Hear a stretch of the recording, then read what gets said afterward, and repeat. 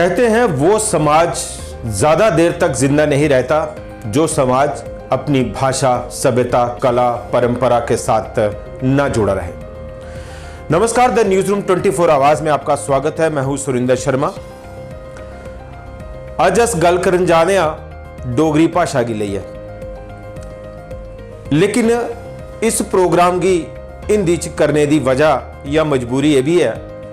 कि बड़े सारे लोग जेडे ने वो जिसले प्रोग्राम दिखा दे होंगे तो ये भी आखी सकते हैं भाई गल डोगरी पर करा दो, लेकिन सारा प्रोग्राम जेड़ा हिंदी च बोला दो, आपू गै तुस हिंदी च बोला दो, डोगरी की गल करदे होई। लेकिन वो एक सारे कोलू बड़ी मजबूरी या सारे कोलू बड़ी वजह जी है वो ये है कि सोशल मीडिया तुस जानते हो, डिजिटल मीडिया तुस जानते हो, सिर्फ जम्मू कश्मीर तक सीमित नहीं है, जम्मू तक सीमित नहीं है, डोगरी भाषा तक सीमित नहीं है, पूरा विश्व ये कने जुड़े दा है, पूरे विश्व तक जो है, पूरे वर्ल्ड तक ये रीच है। और इस करिए डोगरी भाषा पर अज करन जा दे इस कार्यक्रम की हिंदी च करना तां भी जरूरी है, ताकि उन्हें लोगों तक पूरे वर्ल्ड च जिथे जिन्नी भी रीच है डिजिटल मीडिया की, उन्हें लोगों तक एक गल पुज्जे, डोगरी की गल पुज्जे और डोगरी भाषा की पीड़ा की वो समझी पान हिंदी के जरिए। इस करिए इस प्रोग्राम की अस हिंदी च करन लगे हैं। और जैसा कि कल हमने देखा, जम्मू डिवीजन के 2 सांसद जुगल किशोर शर्मा और डॉक्टर जितेंद्र सिंह, उन्होंने कल तीसरी बार शपथ ग्रहण की डोगरी भाषा में। और कल से हम लगातार इस पर सोच रहे थे, चिंतन कर रहे थे कि एक तो ये कि दोनों सांसदों ने एक अच्छी पहल की डोगरी में जो है वो शपथ ग्रहण करके, और एक संदेश देने की कोशिश की है कि हमें अपनी भाषा के साथ लगाव होना चाहिए, हमें अपनी भाषा के उत्थान के लिए, विकास के लिए काम करना चाहिए, और इसके लिए समाज के हर तबके को, डुग्गर भाषा, मातृभाषा के हर तबके को इसके लिए आगे आना चाहिए। लेकिन बड़ा सवाल यह है कि सरकार में बैठे हुए लोग, क्या उनकी इतनी ही जिम्मेदारी बनती है कि शपथ ग्रहण करके वो अपनी जिम्मेदारियों को पूरा कर दें? सरकार में रहते हुए उनके क्या एफर्ट्स होने चाहिए, क्या कोशिश होनी चाहिए कि डुग्गर भाषा को, डोगरी भाषा को वो मान सम्मान मिले जिसकी वो हकदार है? और आज तक ऐसा क्यों नहीं हो पाया? जो लोग सत्ता में रहे शुरू से लेके आज तक, समय समय की सरकारें, समय समय के नेता, समय समय के वो सत्ताधीश लोग क्यों नहीं मातृभाषा के प्रति वो न्याय कर पाए, या उसके लिए उन्होंने लड़ाई लड़ी या जद्दोजहद की?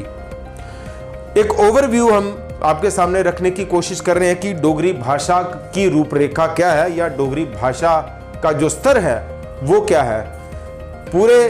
देश में डोगरी भाषा को लेकर किस तरह की रूपरेखा है। आप जानते हैं डोगरी भाषा इस वक्त जो है वो देश के 8वें शेड्यूल में शामिल है,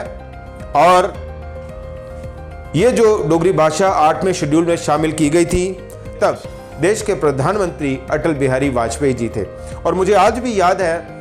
तब डोगरी भाषा के 8वें शेड्यूल में शामिल होने के ऐन मौके पर अटल बिहारी वाजपेयी जी का जम्मू के अभिनव थिएटर में एक कार्यक्रम था, और उस कार्यक्रम में ही उनको ये सूचना मिली कि डोगरी भाषा को 8वें शेड्यूल में दर्जा मिल गया है। और वहीं से उन्होंने जम्मू वासियों को, डुग्गर वासियों को बधाई दी और उनके संघर्ष की सराहना की कि जो डोगरी भाषा है उसके मान सम्मान और उसके गौरव के लिए जम्मू के लोगों ने, या जिस तरह से एक सामूहिक तौर पर जो है वो संघर्ष किया, और डोगरी भाषा को 8वें शेड्यूल में जगह मिल गई। अब जैसा हमने कहा कि पूरे देश में एक ओवरव्यू क्या है, करीब करीब एक अनुमान के मुताबिक डोगरी भाषा बोलने वाले, समझने वाले, इस भाषा से जुड़े हुए जो लोग हैं, पूरे देश भर में 2.6 मिलियन लोग जो हैं वो डोगरी भाषा बोलते हैं, समझते हैं, या इस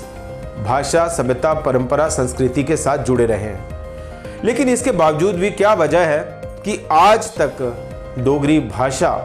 से लोग कतरा रहे हैं? लोगों का मतलब आम समाज, उसमें हम और आप दोनों शामिल हैं,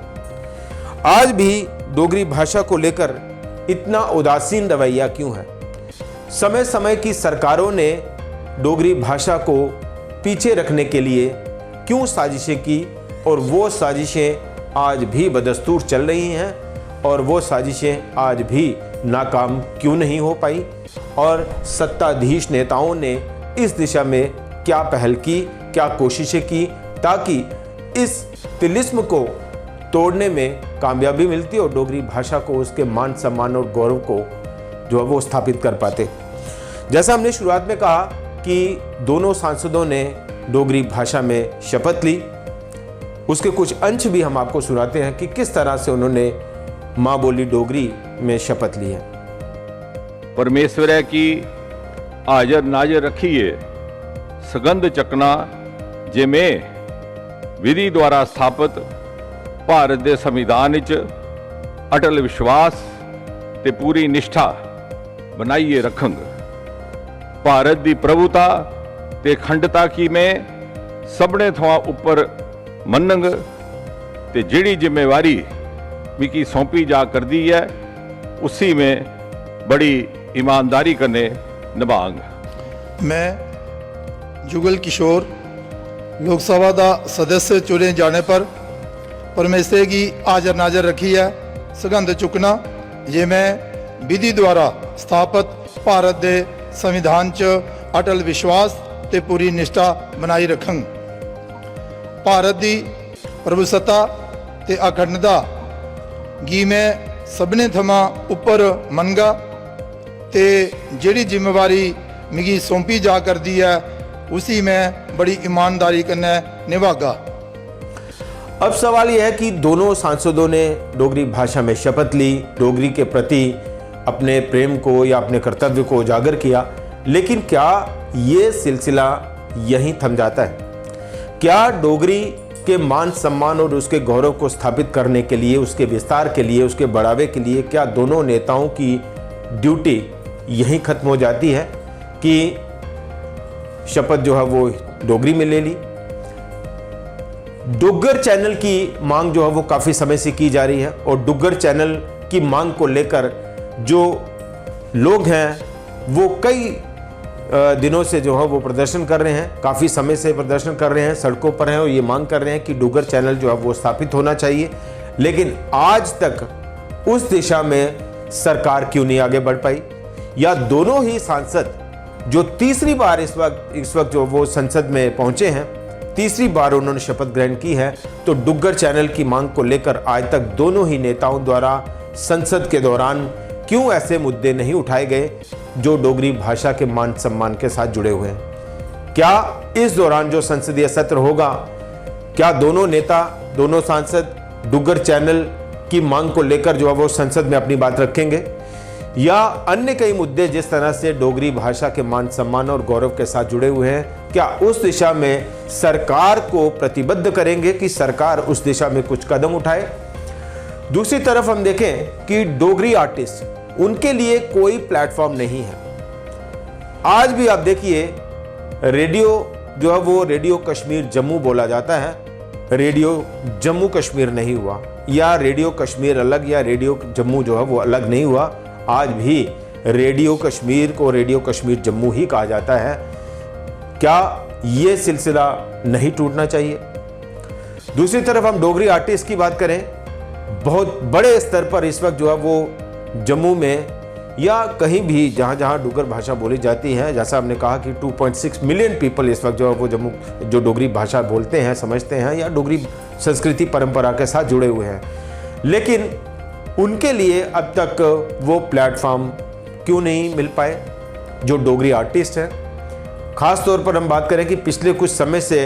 जम्मू में ये कोशिशें भी की जा रही हैं कि डुग्गर फिल्में भी बनी हैं, लेकिन उनको सरकार की ओर से कोई सहायता नहीं दी गई, कोई फाइनेंशियल असिस्टेंस जो है वो ऐसे लोगों को नहीं दी गई जो डोगरी पर काम कर रहे हों, जो डोगरी आर्टिस्ट हों, डोगरी फिल्में बना रहे हों। सरकार की तरफ से उनको कोई टैक्स छूट जो है वो नहीं मिली। यानी सरकार की ओर से आज भी हमें लगता है वही ढांचा बना हुआ है जो ढांचा पिछले कई दशकों से बना हुआ है, जिसके तहत डोगरी के साथ अन्याय, डोगरी की अनदेखी जो है वो की जा रही है। सबसे बड़ा पहलू जिसके लिए जब भी हम नेताओं से बात करते हैं, सरकारों से बात करते हैं, तो वो ये कहते हैं कि जब डुग्गर समाज ही इसके लिए तैयार नहीं है, अपनी भाषा, सभ्यता, संस्कृति, परंपरा को संजोने के लिए, उसके विस्तार के लिए, उसके बढ़ावे के लिए खुद ही वो उदासीन है, तो सरकारें क्या करें, व्यवस्था क्या करे। और एक बड़ा सवाल हमारे और आपके ऊपर भी उठता है कि हम डुग्गर भाषा, मातृभाषा को लेकर मान सम्मान की बात करते हैं, उसके विस्तार, उसके बढ़ावे की बात करते हैं, लेकिन हम अपने ही घरों में डोगरी बोलना बंद कर चुके हैं। अपने बच्चों के साथ हम अंग्रेजी में बात करते हैं, कॉन्वेंट कल्चर की बात कर रहे हैं, पश्चिम संस्कृति जो है वो हमारे पीढ़ी के ऊपर, हमारे ऊपर हावी हो रही है। तो ये कुल मिलाकर जो है, जिस तरह से हमने कहा कि समय समय की सरकारों की साजिशें डोगरी के प्रति, डोगरी को खत्म करने के लिए, समय समय की सरकारों का उदासीन रवैया, लेकिन कहीं से तो पहल होनी चाहिए। और हमें लगता है जिस तरह से दोनों सांसदों ने शपथ ग्रहण की है डोगरी भाषा में, दोनों सांसदों को, सत्ताधीशों को ये भी चाहिए कि सरकार में बैठे हुए सरकार तक इन बातों को पहुंचाया जाए। और सबसे बड़ी पहल हमें और आपको करनी है, अपने घरों में, अपने बच्चों के साथ, परिवार के साथ, समाज के साथ डोगरी भाषा में बात करने से, डोगरी भाषा में चर्चा करने से हमें कतराना नहीं है। वहीं से एक बड़ी पहल, एक नई शुरुआत हो सकती है। फिलहाल देखते रहिए द न्यूज़ रूम 24 आवाज़। नमस्कार।